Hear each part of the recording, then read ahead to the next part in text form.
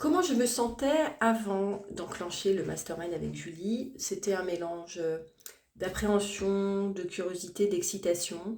J'avais déjà fait un travail d'introspection, plus ou moins poussé, mais j'attendais vraiment de briser les chaînes, de déclencher ma révolution intérieure et d'aller chercher au plus profond de moi en fait. J'avais vraiment envie de clarifier mon espace intérieur. J'avais besoin d'ouvrir mille et une perspectives sur mon business et aussi sur mon identité. Et surtout, j'avais envie de me confronter à mes zones d'ombre pour pouvoir être de plus en plus rayonnante et dans la lumière. J'ai toujours eu un problème avec l'argent, avec le rapport à l'argent, avec la rentabilité. J'ai toujours eu aussi un problème avec ma sensibilité qui n'a jamais trouvé suffisamment un espace d'accueil, de respect, de bienveillance. Et j'ai toujours eu du mal à voir grand.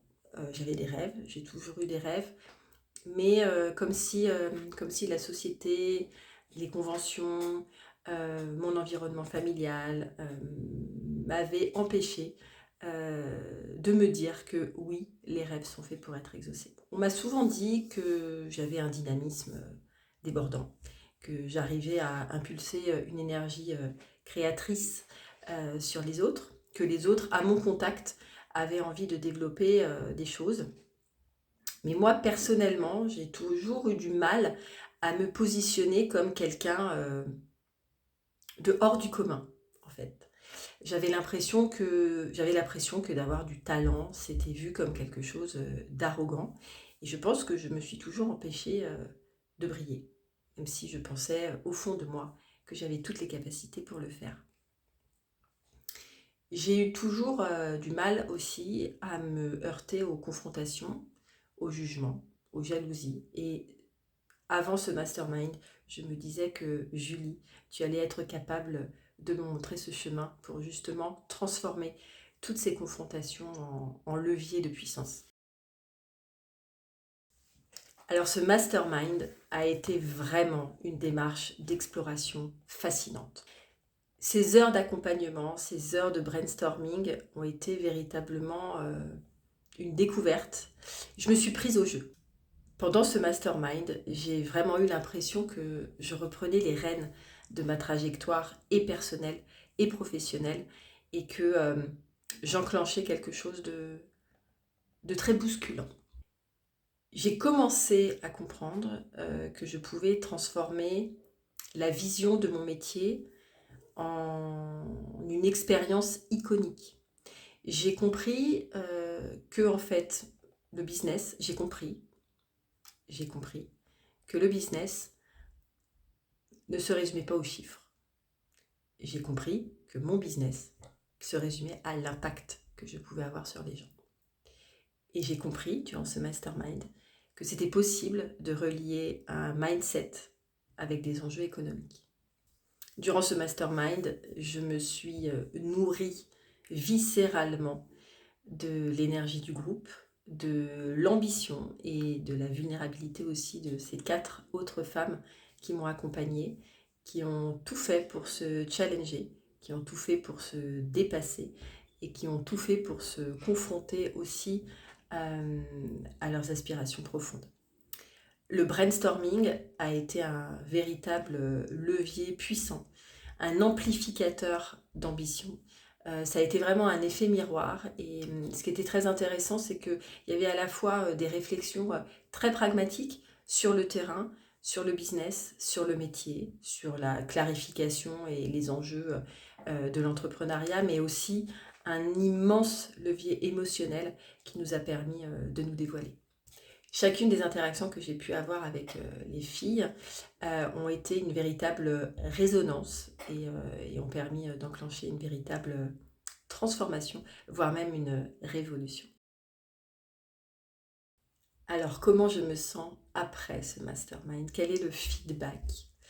Ce fut un vrai voyage que j'ai adoré faire en votre compagnie. J'ai compris ma vérité. Ma vérité, c'est que ma liberté ne se réclame pas. Ma liberté ne se justifie pas. Ma liberté s'impose de fait. Je veux incarner dès aujourd'hui une femme créative, visionnaire et pourquoi pas légendaire.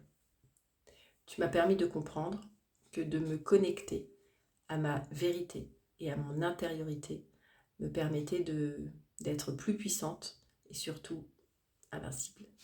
Je veux incarner une femme artiste, créatrice de goût, créatrice de liens. En fait, tu m'as permis de comprendre que j'étais une artiste assez iconoclaste, que j'étais faite pour briser les codes, que j'étais faite pour casser les stéréotypes et que finalement, j'étais capable de voir grand, j'étais capable d'incarner quelque chose de beau. J'ai compris aussi que d'être exalté n'est pas un défaut. J'ai compris que de s'enthousiasmer facilement n'était pas un défaut. Aujourd'hui, j'ai compris que je ne veux plus qu'on me bride. Je ne veux plus taire mes exaltations. Je ne veux plus taire mes ambitions. Et je veux les incarner pleinement et entièrement. Depuis ce mastermind, je ne veux plus dire oui aux clients qui veulent négocier sans comprendre la valeur de mon travail.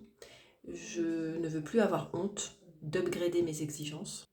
Je veux lâcher prise sur toutes les injonctions extérieures qui me paralysent et qui me contraignent dans mon expansion. Et surtout, je veux être alignée avec mes valeurs inhérentes à qui je suis et à qui je veux devenir. Votre environnement compte autant que votre engagement. Soyez bien entourés. Soyez entourés de celles et ceux qui vous tirent vers le haut, qui comprennent vos enjeux, qui comprennent votre parcours et surtout, entourez-vous de gens qui ne vous jugent pas. J'ai envie de vous dire également que l'impertinence n'est pas une provocation. Vous avez le droit d'être vous-même. Vous avez le droit d'oser, même si les autres ont peur de le faire. J'ai envie de vous dire également que nos faiblesses sont un tremplin pour nous reconnecter à notre force qui a été trop longtemps tue et masquée. À celles qui n'osent pas écouter votre petite voix intérieure, je vous dirais qu'il faut changer tout de suite de logiciel. Écouter sa petite voix intérieure n'est pas un caprice. J'ai envie de vous dire que vous n'avez pas à complexer d'avoir de l'ambition. J'ai envie de vous dire que vous avez le droit de vouloir tracer votre chemin. J'ai envie de vous dire qu'il ne faut laisser personne invalider vos ambitions. Quelle est la différence entre celle qui hésite et celle qui se réclame iconique ? Celle qui se réclame iconique a compris que c'est dans la peur que se trouvent les opportunités les plus prometteuses. Celle qui choisit d'être iconique a compris qu'entre possible et impossible, il y a 2 lettres, mais un état d'esprit, dixit Charles de Gaulle. Celle qui est iconique a compris que la peur est un signal et qu'elle va vous permettre d'enclencher la vraie voie de l'accomplissement. Donc, grâce à Julie, aujourd'hui, je me sens vraie, épanouie, ancrée et surtout déterminée à aller exactement là où je veux aller et je sais que j'irai.